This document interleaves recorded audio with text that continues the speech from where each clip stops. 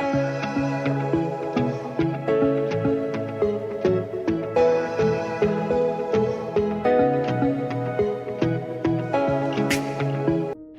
अभी तक आपने मेरे चैनल को सब्सक्राइब नहीं किया तो सब्सक्राइब कर लीजिएगा, बगल में बेल आइकन उसको प्रेस कर दीजिएगा। वीडियो देखने के बाद उसको लाइक ज़रूर कर दीजिएगा और अपने फैमिली और फ्रेंड्स के साथ शेयर कर दीजिएगा।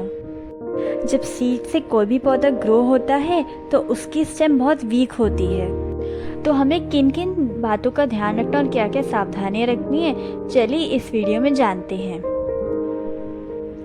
नमस्ते। तो चलिए शुरू करते हैं आज का वीडियो। जब भी हम बीज से कोई पौधा उगाते हैं तो उस टाइम पर हमारी सबसे बड़ी प्रॉब्लम होती है सीडलिंग को बचाना। अब सीडलिंग को बचाने के लिए हमें सबसे पहले तो पानी जब भी देना है तो बहुत धीरे से देना है। उसके अलावा हमारा जब तक पौधा मजबूत नहीं हो जाता तब तक उसे हमें कुछ सपोर्ट देना होगा।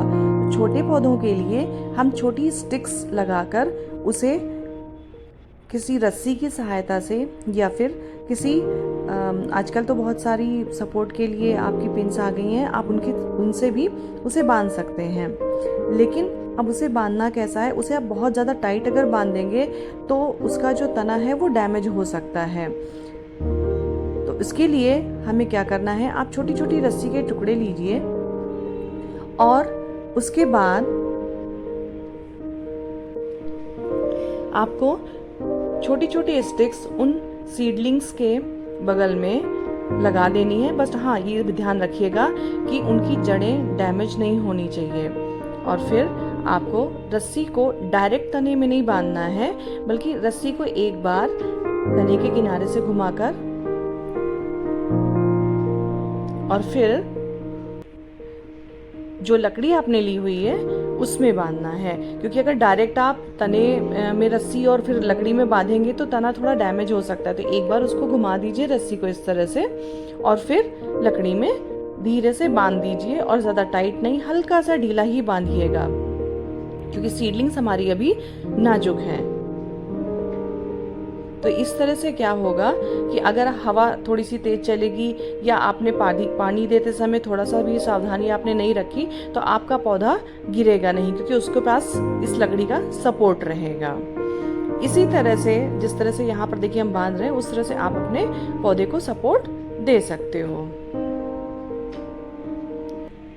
अब ये तो हो गया हमारा कि हमें सीडलिंग्स या छोटे पौधों को सपोर्ट देना है तो हमने किस तरह से किया। इसी तरह से अगर देखिए टमाटर है, बैगन है, इन सब ये जो सारे पौधे होते हैं उनका भी जो स्टेम होता है वो वीक होता है। तो उसके लिए भी आपको क्या करना है, छोटे छोटे बैम्बू स्टिक्स वगैरह ले करके आप उसका सपोर्ट दे दीजिए और उनको भी इसी तरह से आप रस्सी की सहायता से 2-3 जगह पर बांध देंगे।